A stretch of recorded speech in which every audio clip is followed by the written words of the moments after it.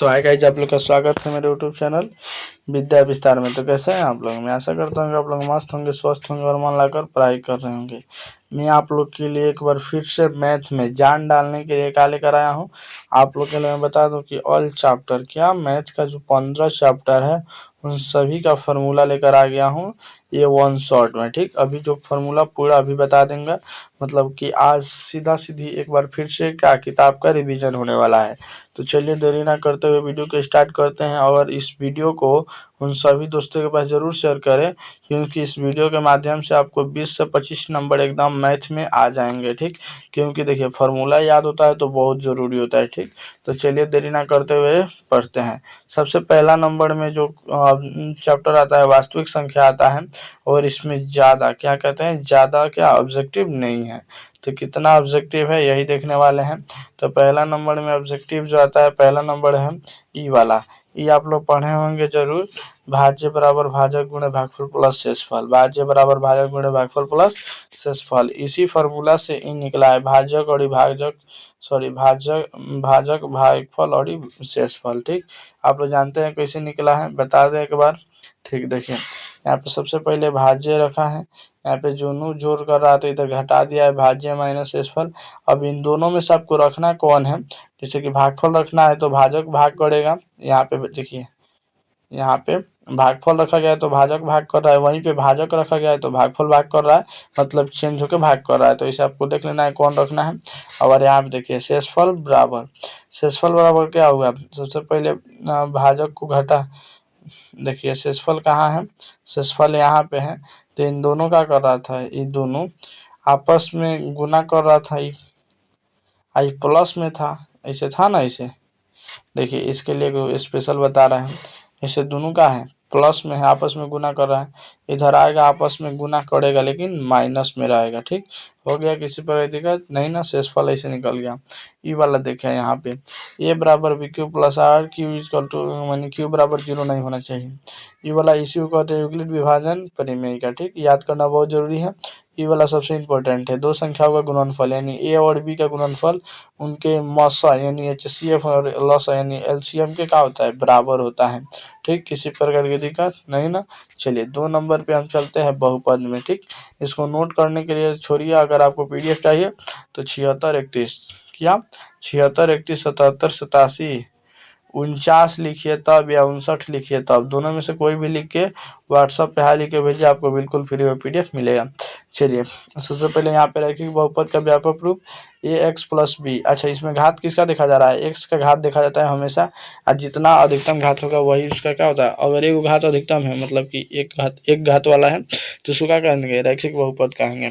वही द्विघात किसको कह रहे हैं, जिसका मतलब पावर अधिकतम घात कितना होना चाहिए, 2 होना चाहिए। ठीक, किसी प्रकार की दिक्कत नहीं ना। चलिए त्रिघात बहुपद में अधिकतम घात कितना होना चाहिए, 3 होना चाहिए। ठीक, चलिए द्विघात बहुपद ज्ञात करने का सूत्र, द्विघात बहुपद ज्ञात करने का सूत्र एक बार देख लीजिए, द्विघात बहुपद क्या है और त्रिघात बहुपद क्या है। इसमें एगो डी, देखिए पहले तो 3 गो पावर, फिर 2 गो पावर, फिर एगो पावर, उसके बाद खाली डी, इसमें 2 गो पावर, इसमें एगो पावर, इसके बाद खाली सी। ठीक, याद रखिएगा। और देखिए द्विघात बहुपद का मतलब ज्ञात करने का सूत्र क्या होता है, x square minus alpha plus beta into x plus alpha into beta. ठीक, याद रखिएगा। यहाँ पे कुछ इंपॉर्टेंट फॉर्मूले हैं वो बता रहा हूँ आपको, नोट। बहुपद की जगह पर यदि समीकरण हो तो केवल 0 लगा देना और सब कुछ सेम रहेगा। अल्फा प्लस बीटा का मान कितना होता है, माइनस बी बाई ए, आपको ये फार्मूला याद रखना होगा। अल्फा इंटू बीटा का मान कितना होता है, सी बाई ए होता है।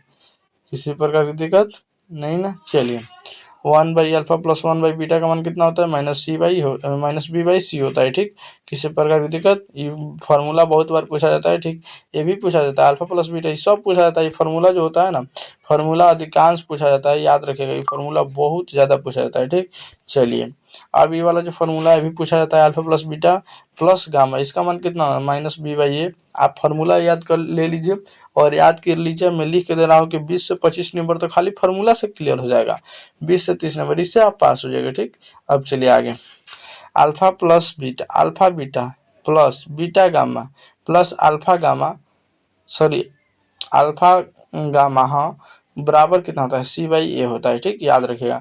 अल्फा बीटा इंटू गामा का मान कितना होता है, माइनस डी बाई ए होता है। याद रखिएगा इस फॉर्मूला को अगर आपको रिवीजन करना है तो हमसे ले लीजिए 76 31 77 87 49 या 76 से 31 77 87 59 पे हाइल के बजाय आप ले सकते हैं। देखिए दो चर वाले रैखिक समीकरण, दो चर वाले रैखिक समीकरण 3 नंबर जो है, देखिए a1/a2 आप निकाले होंगे, जरूर आप पढ़े होंगे। तो a1/a2 निकालना होता है और b1/b2, अगर दोनों बराबर आ गया तो आप निकालेंगे c1 बीटा c2, अगर नहीं आया बराबर तो उसका देखिए हल क्या होगा, यानी a1/a2 बराबर नहीं आया b1/b2 का, तो उसका हल जो होगा संगत होगा, केवल एक को हल होगा, उसके बाद प्रतिच्छेदी होगा, उसके बाद क्या होगा, अविरोधी होगा, ठीक। मतलब इसका जो रेखा होगा ऐसे होगा, ठीक। चलिए आगे देखते हैं इसका रेखा कैसा होगा। इसका रेखा, इसमें a1/a2 बराबर है b1/b2, लेकिन c1/c2 बराबर नहीं है, ठीक। तो इसका जो हल होगा असंगत होगा और इसका कोई हल नहीं होगा, और ये समानांतर होगा, विरोधी होगा। जो इसका रेखा जो होगा समानांतर होगा, ये आपस में कहीं नहीं काटेगा, इसलिए इसका हल नहीं होगा, ठीक। चलिए आगे सी नंबर देखते हैं, 17 नंबर देखते हैं। ये तीनों आपस में बराबर हैं, देखिए a1/a2 बराबर b1/b2 और c1/c2 बराबर है। तो इसका जो हल होगा संगत होगा, अपरिमित रूप से अनेक हल होगा, और संपाती और आश्रित, मतलब एक पर एक और ही रेखा चढ़ जाएगा, आप जहाँ चाहिएगा वहीं हल हो जाएगा, ठीक। इसका मतलब अनेक हल होगा, ठीक। किसी प्रकार की दिक्कत नहीं ना। चलिए द्विघात समीकरण 4 नंबर, 4 नंबर पे द्विघात समीकरण है। चलिए ये देखते हैं क्या है, इसे हो जा रहा है। विवेचक आप निकाले होंगे डी बराबर कितना होता है, b² माइनस 4ac।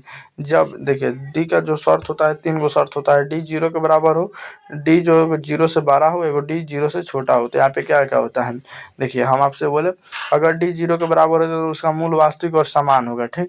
यदि डी जो होगा 0 से बड़ा होगा तो उसका मूल वास्तविक और असमान होगा, यानी 1 2 3 4 5 माइनस में नहीं होगा तब, और जैसा ही माइनस में यानी 0 से क्या होगा, छोटा होगा, तो मूल अवास्तविक हो जाएगा, ठीक। अवास्तविक मान लीजिए, उसका हल नहीं होगा।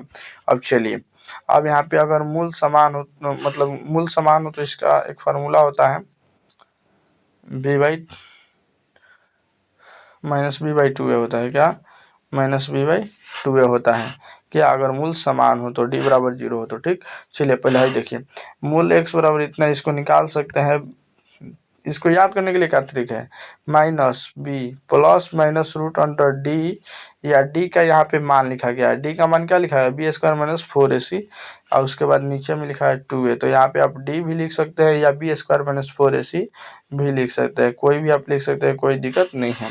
और अल्फा के लिए प्लस वाला, यहाँ पे बीच में प्लस है, माइनस वाला बीटा, बीटा के लिए यहाँ पे प्लस माइनस दिया है, यहाँ पे प्लस माइनस बीच में दिया है, वहीं पे अल्फा प्लस बीटा का मान होता है, ठीक।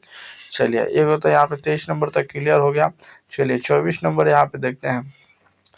5 नंबर समानांतर श्रेणी, क्या है, समानांतर श्रेणी, किसी प्रकार दिक्कत नहीं ना। चलिए समानांतर श्रेणी चैप्टर 5, समानांतर श्रेणी का डी कैसे निकालते हैं, सारबंतर कैसे निकालते हैं।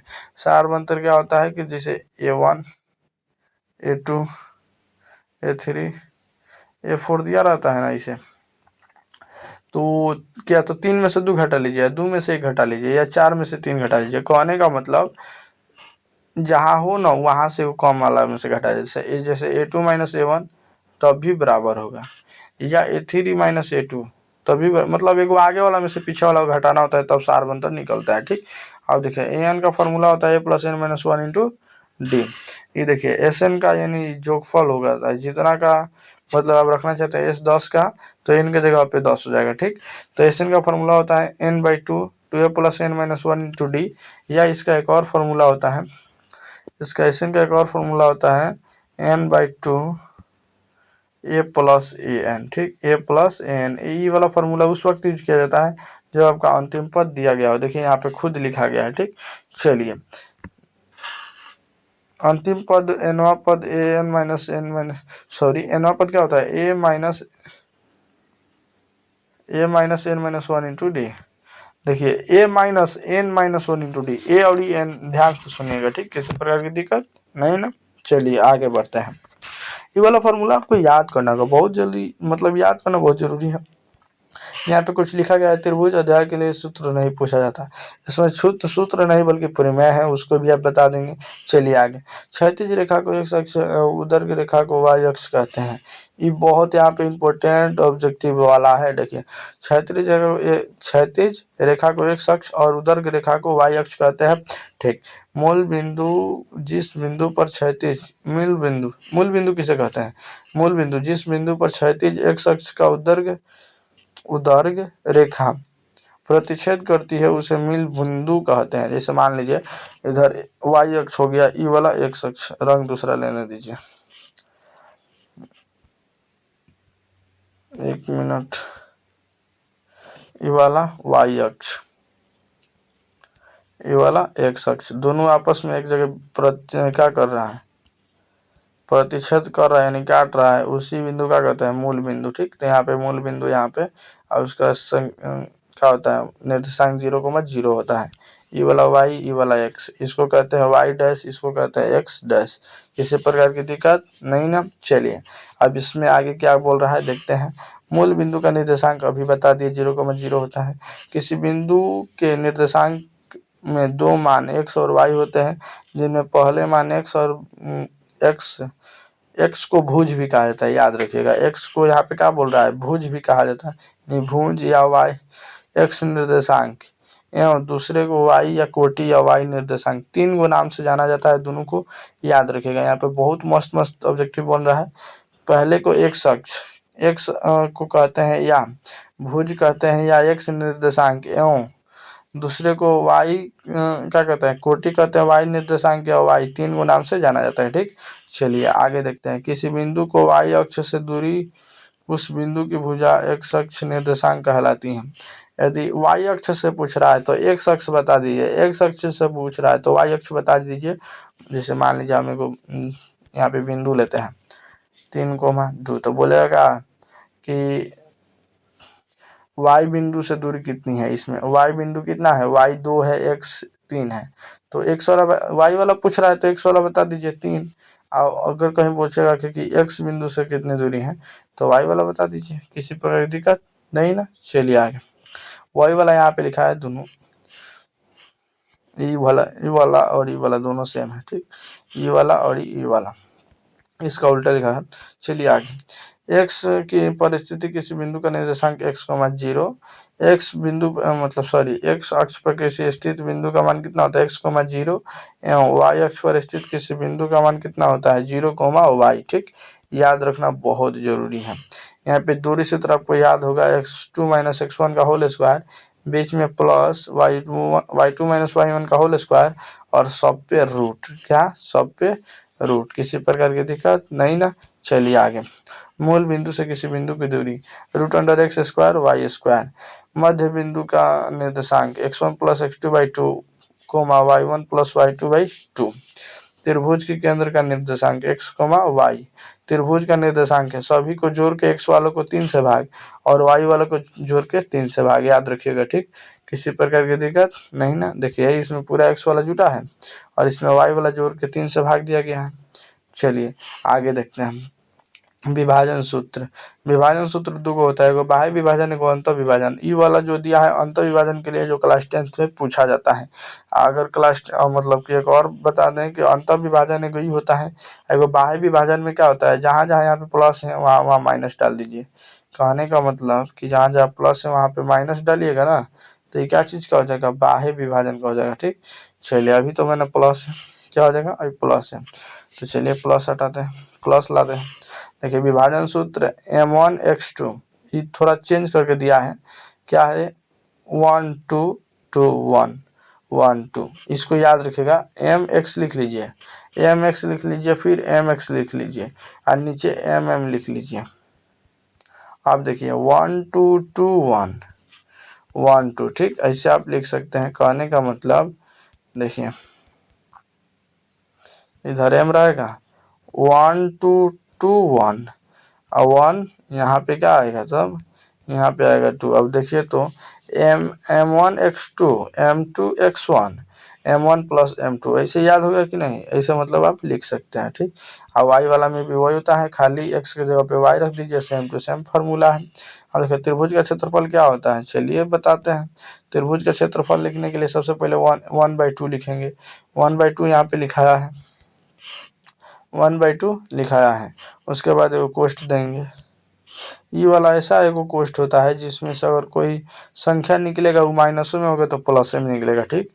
आप देखें मोड कहते हैं जिसे। अब देखें यहाँ पे x1 फिर y2 माइनस y3, भले x1 लिखा है लेकिन वहाँ पे y2 y3 आ जा रहा है, फिर प्लस x2 के बाद क्या आएगा y3 माइनस y1, फिर प्लस x3 के बाद क्या आएगा y1 माइनस y2 और मोड 1। किसी प्रकार की दिक्कत नहीं। फार्मूला एक बार आप देख लीजिए, बहुत ज़रूरी है और आप प्रैक्टिस जितना बार कीजिएगा उतना ज़रूरी है, ठीक। चलिए आगे त्रिकोणमिति में हम आ गए हैं चैप्टर 8 पे, ठीक। किसी प्रकार की दिक्कत नहीं ना। देखिए यहाँ पे h बराबर ही क्या कहना चाह रहा है, हम आपसे एक बार दिखा के बोल दें क्या। यहाँ पे देखिए ये जो इसमें सबसे पहले त्रिकोणमिति में क्लास 10th का, इसमें किस त्रिभुज का बात किया जाता है, कोई कमेंट में बता सकता है। इसमें केवल और केवल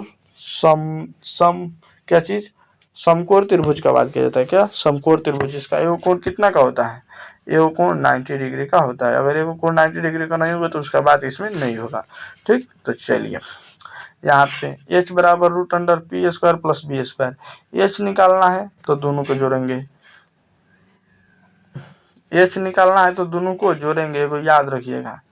h निकालना है दोनों को जोड़ेंगे और घटाना है, मतलब देखिए क्या कहना चाह रहा है, देखिए हम क्या कहना चाह रहा है, ये क्या कहना चाह रहा है। सबसे पहले हम इसको ऐसे एगो बनाते हैं,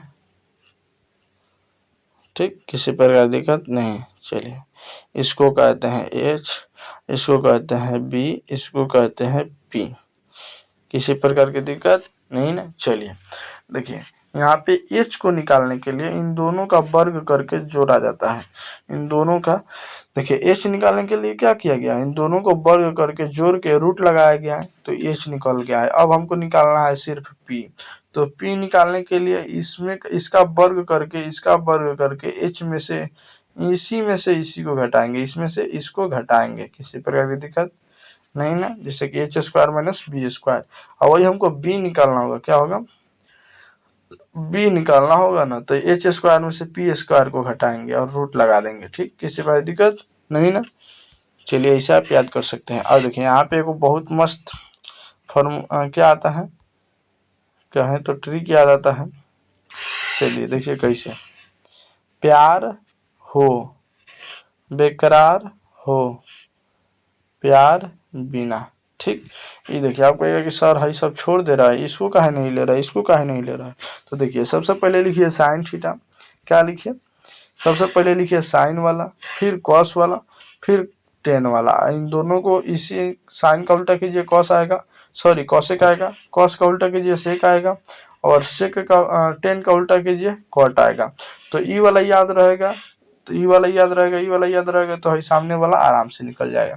तो देखिए इसको याद करने के लिए पहले लिखिएगा sine theta, cos theta, tan theta. अब देखिए प्यार हो बेकरार हो, प्यार बिना, और उसका उल्टा कर दीजिएगा, उल्टा निकल जाएगा, ठीक। चलिए आगे, sine theta into cosec theta बराबर 1, और यहाँ पे साइन थीटा बचाना है तो कॉसेक थीटा भाग करेगा, अगर कॉसेक थीटा हमको बचाना है तो साइन थीटा भाग करेगा, ठीक। चलिए आगे, किसी प्रकार की दिक्कत नहीं ना। अगर आपको पीडीएफ चाहिए तो किसी प्रकार की दिक्कत नहीं झेलना है। यहाँ पे एक नंबर आपको दिखाई दे रहा होगा 76 31 77 87 49 है, 76 31 77 87 59, इस पे हाई लिख के भेजिए, आपको बिल्कुल फ्री में पीडीएफ दिया जाएगा, ठीक। चलिए आगे बढ़ते हैं। Cos theta into sec theta बराबर 1 होता है। अगर हम कॉस थीटा को बचाते हैं तो सेक थीटा भाग करेगा, वही सेक थीटा को बचाते हैं तो कॉस थीटा भाग करेगा, याद रखिएगा। Tan theta into cot theta, अगर टेन थीटा को बचाते हैं तो कॉट थीटा भाग करेगा, अगर कॉट थीटा को बचाते हैं तो टेन थीटा भाग करेगा, यही ना होता। अगर यहाँ पे हम कॉट थीटा को बचाते हैं तो क्या 1/10 थीटा होता कि नहीं, 1/10 थीटा। चलिए आगे देखते हैं। अब देखें टेन थीटा बराबर क्या होता है, एक और फॉर्मूला होता है sine theta by cos theta, cot, इसी का उल्टा क्या होता है कॉट, तो इसको पलट दीजिए, यानी कॉट थीटा बराबर क्या होता है cos theta by sine theta. ये आपको याद रखना है, ये फार्मूला बहुत जरूरी है याद रखना। टेन स्क्वायर थीटा बराबर कितना होता है, टेन स्क्वायर, यहाँ पे थीटा होना चाहिए, टेन स्क्वायर थीटा बराबर कितना होता है, sine square theta cos square theta होता है। अब देखिए कॉट स्क्वायर थीटा बराबर कितना होता है, cos square theta sine square theta होता है, ठीक। अब देखिए टेन स्क्वायर थीटा कितना होता है, one plus tan square theta by one plus cot square theta. इसको याद रखेगा, सीधा ही ऑब्जेक्टिव में ही क्वेश्चन पूछता है, ठीक। अब देखें यहाँ पे कॉट स्क्वायर थीटा बराबर क्या होता है, one by cot square theta plus ten. इन दोनों में आप समानता दिख रहा है, कॉट है तो ऊपर कॉट है और उसका उल्टा टेन है, इधर टेन है तो ऊपर टेन है नीचे कॉट है, ठीक, यानी उल्टा टेन है। किसी प्रकार की दिक्कत नहीं ना। चलिए आगे देखते हैं। ये वाला फॉर्मूला बहुत जरूरी है, साइन का उल्टा कॉस होता है, टेन का उल्टा कॉट होता है, सेक का उल्टा सेक होता है, सॉरी कॉसेक होता है, कॉस का उल्टा साइन होता है, कॉट का टेन और कॉसेक का सेक, ठीक, याद रखिएगा। ये वाला फॉर्मूला आप लोग एक बार रिवीजन कर लीजिए अपने से, ठीक। चलिए आगे देखते हैं। Sine square theta plus cos square theta बराबर 1। अगर इसको आप तोड़िएगा तो साइन स्क्वायर थीटा बचेगा, तो 1 में से ही क्या करेगा, कॉस स्क्वायर थीटा माइनस होगा। अगर आप खाली साइन थीटा बचाना चाहते हैं तो ये जो स्क्वायर है यहाँ पे स्क्वायर है, ये जाएगा इधर तो क्या लगाएगा, रूट लगाएगा, ठीक। अब देखिए साइन थीटा बच गया। अब देखिए अगर हम खाली कॉस स्क्वायर थीटा उस वक्त बचाते तो 1 माइनस साइन स्क्वायर थीटा हो जाता कि नहीं। अगर हम खाली cos square sorry cos theta बचाना चाहते हैं तो ये जो यहाँ पे स्क्वायर आपको दिखाई दे रहा है, जाएगा तो इधर क्या लगाएगा, रूट लगाएगा, किसी पर दिक्कत। उसी तरह सेक स्क्वायर थीटा बराबर 1 plus tan square theta, tan square theta बराबर 1 माइनस सेक स्क्वायर थीटा, ठीक। Cosec square theta minus cot square theta. यहाँ पे आपसे हम बताते हैं ये वाला एक फार्मूला मेन है, इसको याद रखिए। देखिए 2-3 को फार्मूला मेन है जिसको मैं बता रहा हूँ, ठीक। जो मैं आपको बता रहा हूँ 2-3 को फार्मूला बहुत मेन है। जैसे कि यहाँ पे ये वाला sine square theta plus cos square theta, इसी से ये वाला निकला है, तो इसको याद रखना बहुत जरूरी है। और यहाँ पे एगो cosec square theta minus cot square theta, ये भी याद रखना बहुत जरूरी है। और यहाँ पे sec square theta minus tan square theta, इसको भी याद रखना बहुत जरूरी है। याद रख लीजिएगा, बहुत इंपॉर्टेंट है 3 गो फार्मूला, ठीक। इसी से सब निकला है। चलिए आगे बढ़ते हैं। यहाँ पे आप ये वाला तो आप जानबे करते हैं, 3 को पहले निकालते हैं, 3 को निकालने के बाद उसका उल्टा कर देंगे। सबसे पहले क्या है, 0 degree, 30 degree, 45 degree, 60 degree, 90 degree. यहाँ पे थीटा है, यहाँ पे sine theta, cos theta, tan theta है, ठीक। चलिए थोड़ा टेन थीटा को ऊपर कर लेते हैं, तभी ना समझाने में मजा आएगा, किसी प्रकार की दिक्कत नहीं ना। चलिए यहाँ पे सबसे पहले इसको लिखने एक उपारला याद कर लीजिए। उपारला कैसे भी याद कर लीजिए, 0 1/2 1/√3 1/√3/2 और 1, ठीक, याद हो गया। उपारला कैसे भी याद कर लीजिए, क्लास 10th के बच्चे हैं आप लोग से जरूर याद हो जाएगा, कैसे भी कर लीजिए, ठीक। उसके बाद देखिए 0, उसके बाद इधर से स्टार्ट कीजिए, इधर से स्टार्ट कीजिए और इसमें लिखना स्टार्ट कीजिए, ठीक। इधर से लेते आइए और इसमें लिख दीजिए 1 है 1 है, ये वाला यहाँ पे आ गया, ये वाला यहाँ पे इधर आ गया, ये वाला यहाँ पे इधर आ गया और ये वाला यहाँ पे इधर आ गया। किसी प्रकार की दिक्कत नहीं ना। ये कहाँ से आया, ऊपर वाला लाइन से, सॉरी ऊपर वाला लाइन से इधर से उठा के धरे ना तो हो जाएगा। अब देखिए 0 में 1 से भाग होगा 0, 1/√1 इससे भाग कर दो, आएगा 1/√3, इससे इसमें भाग किया जाएगा, 1 आएगा कट जाएगा, इससे इसमें भाग किया जाएगा √3 और 1 में 0 से भाग किया जाएगा इन्फिनिटी। अगर आपको ऐसे नहीं आ रहा है तो 10 का याद कीजिए 0 और 1/√3 याद कीजिए, एक खाली 1 लिखिए, एक खाली √3 लिखिए, इन्फिनिटी लिख दीजिए, किसी प्रकार की दिक्कत नहीं ना। अब साइन का उल्टा कीजिएगा कॉसेक आएगा, कॉट का उल्टा कीजिएगा टेन का उल्टा कीजिएगा टेन कॉट आएगा और कॉसेक का उल्टा कीजिएगा सेक आएगा। किसी प्रकार की दिक्कत नहीं ना। यहाँ पे एक बहुत मस्त बताने वाला हूँ। देखिए पाई रेडियन क्या है, पाई का मान कितना होता है, 180 डिग्री होता है और पाई रेडियन बराबर 180 डिग्री होता है। पाई/2 को 90 डिग्री कहते हैं, पाई/3 को 60 डिग्री, पाई/4 को 45 डिग्री, पाई/6 को 30 डिग्री। किसी प्रकार की दिक्कत। अच्छा कैसे है आप लोग को बता दें, पाई का मान 180 होता है और नीचे में 6 कटाइएगा तो 30 डिग्री, ऐसे ही मतलब आता है, ठीक। चलिए आगे देखते हैं। और ज़्यादा फार्मूला नहीं है, ठीक, ज़्यादा और फार्मूला नहीं है, यही जो है क्या है, क्षेत्रफल के अनुसार रह गया है। यहाँ तक तो कर लिया, थोड़ा सा है। चलिए यहाँ पे क्वेश्चन देखिए, वृत्त में अनेक स्पष्ट रेखा खींची जा सकती है। अनेक स्पष्ट रेखा, यस के सही है, बहुत बढ़िया। अब देखिए वृत्त की में पर किस एक बिंदु पर केवल एक ही स्पष्ट रेखा खींची जा सकती है। हाँ, एक ही बिंदु पर एक ही स्पष्ट रेखा खींची जा सकती है। वृत्त के किसी बाह्य बिंदु पर केवल दो स्पष्ट रेखा खींची जा सकती है। हाँ, वृत्त के बाह्य बिंदु से अगर कोई पूछे कितनी रेखा स्पष्ट रेखा खींची जा सकती है तो दो। ठीक, चलिए आगे देखते हैं कौन सा। आगे ये वाला वृत्त के क्या है, वृत्त के किसी भीतरी बिंदु पर कोई भी स्पष्ट रेखा नहीं खींचा जा सकती है। वृत्त के किसी भीतरी बिंदु पर कोई भी स्पष्ट रेखा खींची नहीं जा सकती है, सही बात है। चलिए, वृत्त की त्रिज्या r बराबर व्यास बाई 2 होता है। अर्धवृत्त की परिधि पाई r प्लस 2r होता है। ठीक, वृत्त की परिधि 2 पाई r होता है। अब चलिए आगे, वृत्त क्या है, अर्धवृत्त का क्षेत्रफल, अर्धवृत्त का क्षेत्रफल क्या होता है, पाई आर स्क्वायर बाई 2 होता है। अब वृत्त का क्षेत्रफल क्या होता है, पाई आर स्क्वायर होता है। उसमें अगर 2 से भाग करेंगे तो अर्धवृत्त का हो जाएगा। चलिए आगे, यहाँ पे खुद दिया है वृत्त का क्षेत्रफल। अब देखिए, वृत्त का त्रिज्या खंड pi by theta by 360 into pi are square. Pi are square क्या है, त्रिज्या खंड का क्षेत्रफल है। और वही वृत्त के चतुर्थांश का क्षेत्रफल 1/4 पाई आर स्क्वायर। मतलब वृत्त को 4 भाग में बांटिए और उसमें से 1/4 का क्षेत्रफल क्या होगा, इस फार्मूला को ई वाला होता है। चलिए आगे, थीटा कोर वाले त्रिज्या संयुक्त वाले चाप की लंबाई होगी। चाप की लंबाई के लिए theta by 360 into 2 pi r. ठीक, याद रखिएगा। वर्ग का विकर्ण भुजा √2, वर्ग का परिमाप 4 गुणे भुजा, वर्ग का क्षेत्रफल भुजा स्क्वायर, और आयत का विकर्ण √L square plus b square, यानी लंबाई का होल स्क्वायर प्लस चौड़ाई का होल स्क्वायर। ठीक, अब देखिए आयत का परिमाप 2 इंटू एल प्लस बी। अब देखिए आगे, आयत का क्षेत्रफल तो है लंबाई इंटू चौड़ाई होता है। और घन का विकर्ण भुजा √3। अब देखिए घन का क्षेत्रफल 6 गुणे भुजा स्क्वायर, घन का आयतन 6 गुणे भुजा क्यूब। अब देखिए घन का विकर्ण √L square plus b square plus h square, यानी रूट के अंदर लंबाई का स्क्वायर जोड़ चौड़ाई का स्क्वायर जोड़ ऊंचाई का स्क्वायर। ठीक, किसी पर दिक्कत नहीं ना। घनाभ का क्षेत्रफल 2 into l b plus b h plus h l. ठीक, किसी प्रकार की दिक्कत नहीं ना। चलिए, बेलन का वक्र पृष्ठ क्षेत्रफल 2 पाई आर एच, घनाभ का आयतन एल बी एच, यानी एल बी एच, एल में बी से बी से एच में। बेलन का संपूर्ण पृष्ठ क्षेत्रफल 2 pi R H plus 2 pi are square. ठीक, किसी पर दिक्कत नहीं ना। संभावित त्रिभुज का क्षेत्रफल होता है √3/4 भुजा स्क्वायर। बेलन का आयतन होता है पाई आर स्क्वायर एच। संभावित त्रिभुज का क्षेत्रफल होता है a/4 इंटू √4b का स्क्वायर माइनस a का स्क्वायर। ठीक, चलिए आगे, यहाँ पे 78 नंबर जो क्वेश्चन है, ये हीरोन का भी सूत्र के नाम से ही प्रसिद्ध है।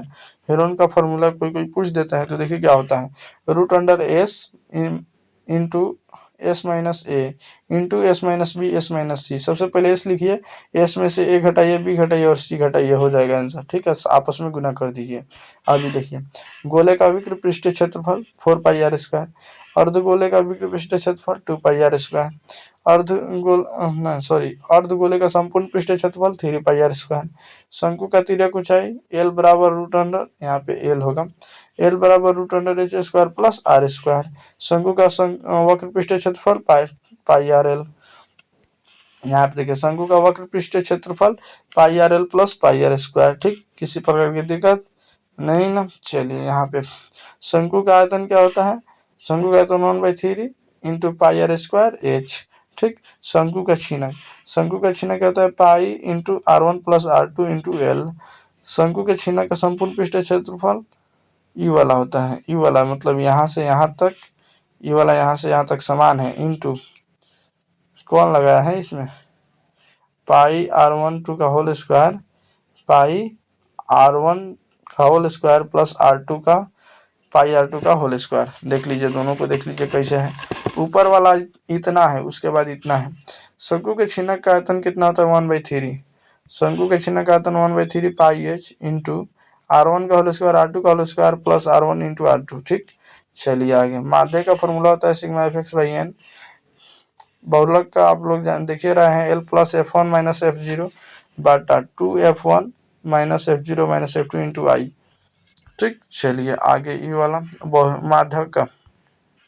माध्यक का क्या फॉर्मूला है, L plus N/2 minus CF/F into I.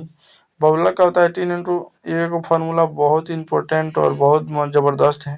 बहुलक बराबर 3 गुणे माध्य माइनस 2 गुणे माध्य है। ठीक, असंभव घटना की प्रायिकता 0, संभव घटना की प्रायिकता 1। और देखें निश्चित घटना की प्रायिकता 1, अनिश्चित घटना की प्रायिकता 0 से 1। ठीक, अब देखिए प्रायिकता के सूत्र क्या होती है। प्रायिकता के सूत्र होती है कुल घटनाओं की संख्या बटा कुल घटनों, सबसे पहले घटनों की संख्या, उसके बाद कुल घटनों की संख्या। तो यहाँ तक मेरा क्या हुआ, ऑब्जेक्टिव क्या हुआ, जो भी फॉर्मूला था क्लास 10th का मैथ का ऑल हो गया। तो कैसा लगा वीडियो ज़रूर बताइएगा, और बहुत ही जल्द इसको हम रिवीजन कर लिए हैं। तो इस सभी को परीक्षा से पहले हर एक विद्यार्थी को देखना बहुत ज़रूरी है। इस वीडियो को बनाने का मकसद यही है कि सब विद्यार्थी बिल्कुल फ्री में एक बार मैथ का रिवीजन कर ले और भी जल्दी कर ले। और कैसा लगे वीडियो अपने दोस्तों के पास ज़रूर शेयर कीजिए। ठीक, तो मिलते हैं नेक्स्ट वीडियो में, तब तक के लिए bye, thank you so much.